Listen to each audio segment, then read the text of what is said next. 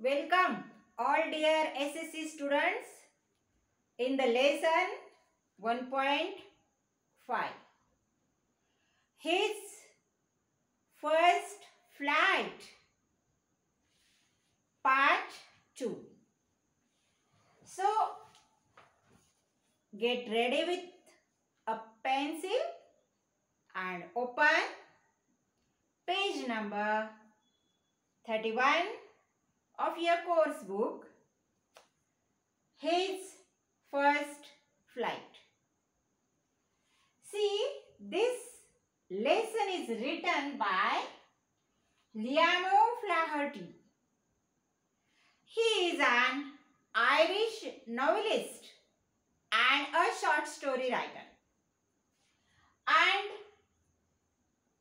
the lesson, His First Flight, is a very famous extract of his novel.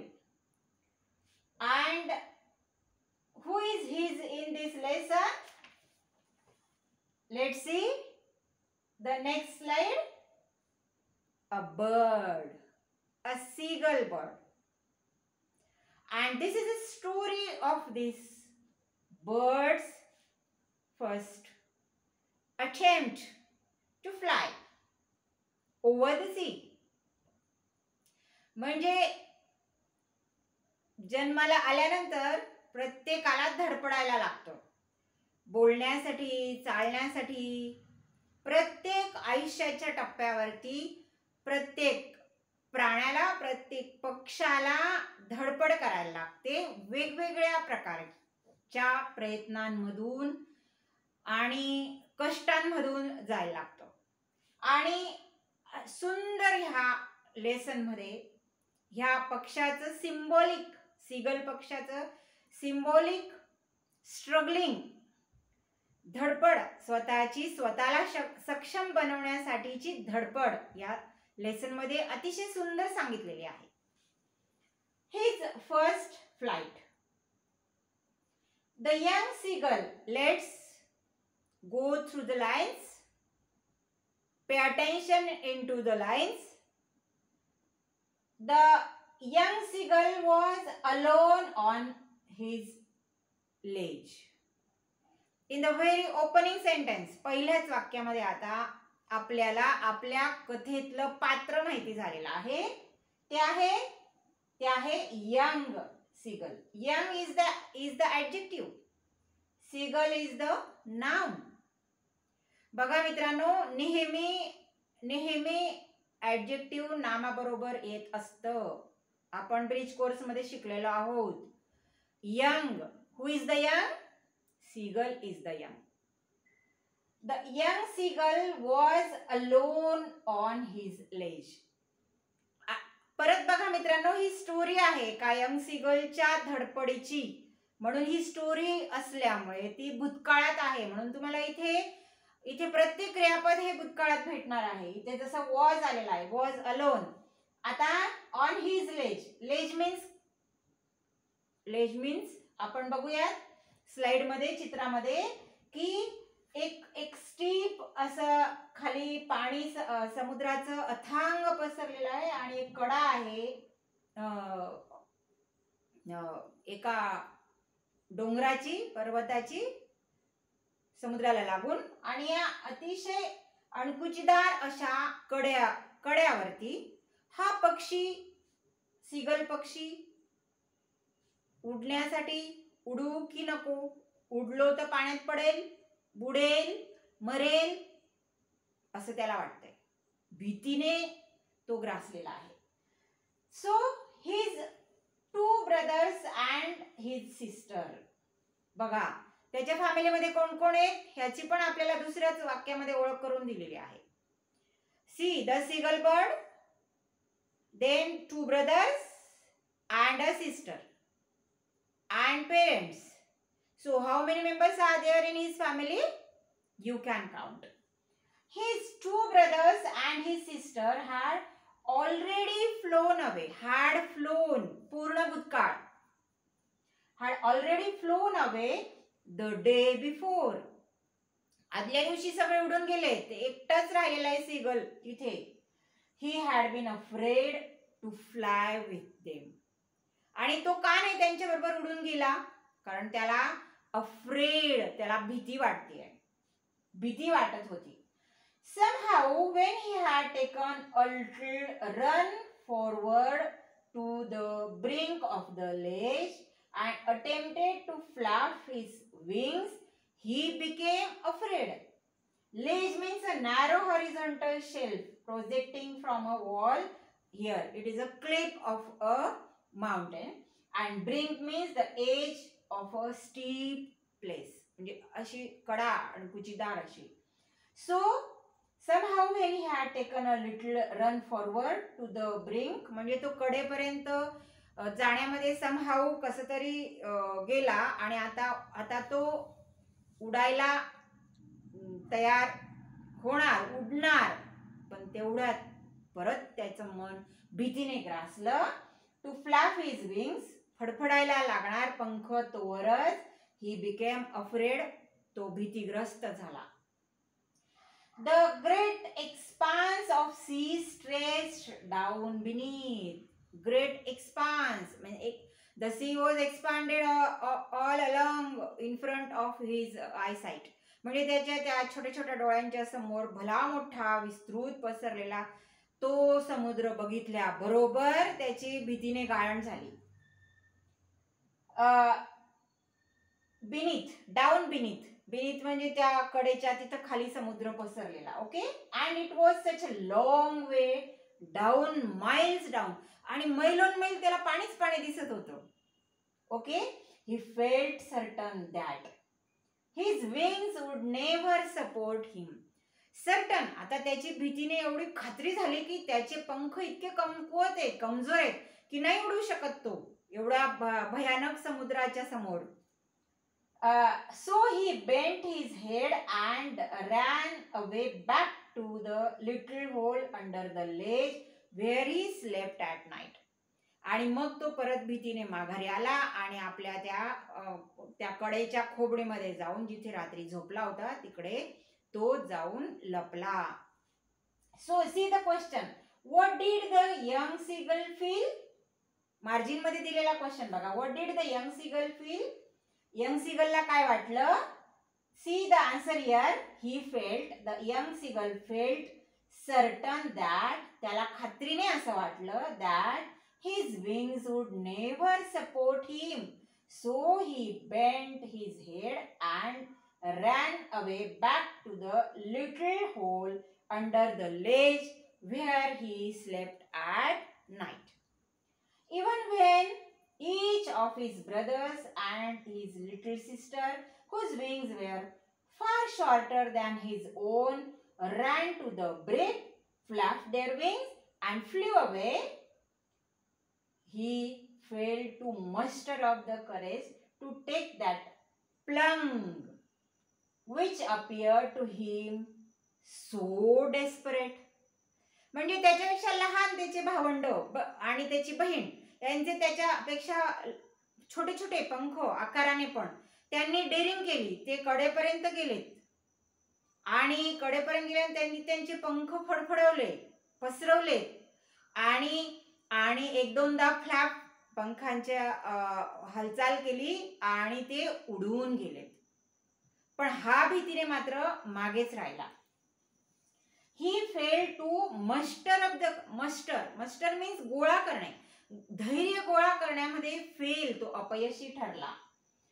To take that plunge which appeared to him so desperate. His father and mother had come around calling to him shrilly. आता त्याचे आई वडील, त्याचे parents आले, त्याला कर्कश आवाजामध्ये बोलवतायत आणि अपब्रीडिंग, scolding, रागवतायत त्याला, स्कोल्डिंग हिम, थ्रेटनिंग, त्याला धमकी देत आहे. To let him starve on his ledge unless he flew away. तुला खायलाच आम्ही देणार नाही, तुला इथे खायला आणूनच देणार नाही, तू उपाशी मरशील वगैरे वगैरे सगळ्या धमक्या देत आहेत पेरेंट्स पण आणि बहीण पण आणि भावंड पण. But for the life of him he could not move. पण त्याच्या मनात एवढी भीती बसली की तो काही डेअरिंग करायला तयार होत नाहीये. बघा मित्रांनो, फॅमिलीचा सपोर्ट बघा, आणि ह्या लेसन मधनं हेच शिकायचंय आपल्याला की तुम्ही सुद्धा संकटात सापडले असाल, तुम्हाला कधीतरी नैराश्य आलं असेल, तुम्हाला कधीतरी भीती वाटली असेल, तुम्हाला तुमच्या फॅमिलीने कसं बाहेर काढलं, कसा सपोर्ट केला, कसं तुम्हाला पाठबळ दिलं, कसा तुमच्यामध्ये उत्साह आणला, याचं हे खूप सुंदर उदाहरण आहे. फॅमिली बॉन्डिंग याच्यामधून आपल्याला दिसतं आणि फॅमिलीची तळमळ दिसती, कळकळ दिसतीये की आपल्या फॅमिली मेंबरमध्ये कॅपॅबिलिटीज, क्षमता आणण्यासाठीची फॅमिली मेंबरची धडपड दिसतीये. So see here the seagull is not daring itself to fly and to try to take the first step to fly across the sea. So let's move to the next slide. That was 24 hours ago. 24 तास होऊन गेलेत, उलटून गेलेत. त्याच्या पोटात अन्नाचा कण नाही आणि फॅमिली मेंबर्सने पण त्याला खायला आणून दिलेलं नाही. Since then nobody had come near him. तेव्हापासनं 24 तासांच्या आधीपासनं ना बहीण जवळ आलीये, ना दोघं भावंड, ना पेरेंट्स. द डे बिफोर, आदल्या दिवसाच्या all day long he had watched his parents flying about with his brothers and sister. म्हणजे काल 24 तासापासनं त्या लेजवरती थांबून हा सीगल फक्त आणि फक्त निरीक्षण करतोय की त्याचे दोन्ही भावंड कसे छान पाण्यावर उडतायत, पाण्यावर बसतायत, तरंगतायत, मजा घेतायत, छान ताजे ताजे फिश पकडतायत, मस्त खाताय, एन्जॉय करतायत. आणि त्याची बहीण पण आणि त्याचे पेरेंट्स पण त्याला चिडवताय, त्याला दाखवताय फिश, पण त्याला देत नाहीये. So perfecting them in the art of flight. आणि ते स्वतः असे छान इकडून तिकडे सैरभैर इकडून तिकडे उडण्याचा त्याच्यासमोर मस्तपैकी एन्जॉय करताय, त्याला जणू काही चिडवतायत किंवा त्याला सुद्धा त्याने उड्डाण घ्यावं म्हणून त्याला आकर्षित करायचा प्रयत्न करतायत छान छान पाण्यावरती उडून. Teaching them how to skim the waves. आणि जणू काही त्याला शिकवायचा प्रयत्न करत आहेत की पाण्यावर कसं उडायचं, अलगद पाण्यावर कसं, स्कीम म्हणजे पाण्याच्या समुद्राच्या त्या पृष्ठभागावर अलगद, बेली म्हणजे पोट टेकवायचं आणि तरंगायचं आणि मस्त पौडायचं पाण्यावरती, हे त्याला शिकवत आहे जणू काही लांबून. And how to dive for fish. आणि मस्त चोच पाण्याच्या आत मारून फिश वरती घेण्याची कला त्याला दाखवत आहेत. आणि he had in fact seen his older brother catch his first herring and devour it. आणि त्याच्या त्या मोठ्या भावाने कशा रीतीने छान कोवळा फिश आतमध्ये पाण्यातनं पकडला आणि चोचीत घेऊन ढिहोर गटम केला, एकदम पटकन खाऊन टाकला, हे पण त्याने पाहिलं होतं स्टँडिंग ऑन अ रॉक. त्या पर्वतावर उभं राहून. While his parents circled around raising a proud cackle. Cackle means utter a shrill cry. कर्कश आवाज काढून त्याचे पेरेंट्स त्याच्या भोवती उडतायत, फिरतायत, पण त्याच्या जवळ जात नाहीये. ते फिश पकडतायत, खातायत, पण त्याला देत नाहीयेत. And all the morning the whole family had walked about on the big plateau midway down the opposite cliff, taunting him for his cowardice. आणि टॉन्टिंग, क्लिफ म्हणजे त्या कडेवरती त्याच्या भोवती गिरट्या घालून ते भावंड आणि ते पेरेंट्स त्याच्या भित्रेपणाला चिडवतायत, त्याची चेष्टा करतायत, त्याची मस्करी उडवतायत की जेणेकरून हा चिडून तरी तयार होईल उडायला. कोवर्डाईज म्हणजे भित्रेपणा, त्याच्या भित्रेपणाची ते चेष्टा करतायत. द सन, बघा आता 24 तास उलटून गेले, त्याच्या पोटात काहीच नाही. The sun was now ascending the sky. Ascending आपण ब्रिज कोर्स मध्ये पाहिलं. असेंडिंग म्हणजे सूर्य हळूहळू वर चढत होता, ऊन तापत होतो. असेंडिंगच्या विरुद्ध डिसेंडिंग. असेंडिंग चढत्या क्रमाने आणि डिसेंडिंग उतरत्या क्रमाने. ओके, तर सूर्य चढतोय, जसा जसा सूर्य वरती चढतो आपल्या डोक्यावर तसं तसं कडक ऊन होत जातं. म्हणजे उन्हाची लाही आपल्याला सहन करण्याच्या पलीकडे होते. त्या बर्डच्या पोटात तर अन्न पण नाही, तर उन्हात तसाच उभा आहे. म्हणजे त्याचा अवस्था, त्याच्या जीवाची घालमेल काय होत असेल, you can imagine. The sun was now ascending the sky, blazing on his ledge that faced the south. He felt the heat because he had not eaten since the previous nightfall. म्हणजे बघा, कालचे 24 तास आणि त्याच्या आधीच्या रात्रीपासून त्याने काय खाल्लेलं नाहीये. So here is the question, why did the young seagull feel hot? Why did the young seagull feel hot? त्या सीगलला खूप गरमी का झाली? See here, he felt the heat because he had not eaten since the previous nightfall. This is the answer of this question. He stepped slowly out to the brink of the ledge. आता त्याची थोडी हिम्मत होतीये. आता त्याच्या पोटात कावळे कोकोय लागले, तसं तसं तो आता डेअरिंग करतोय की आता आपल्याला धडपड करायला पाहिजे, आपल्याला खायला मिळवायला पाहिजे, आपल्याला थोडं उडायचा प्रयत्न करायला पाहिजे. And standing on one leg with the other leg hidden under the wing.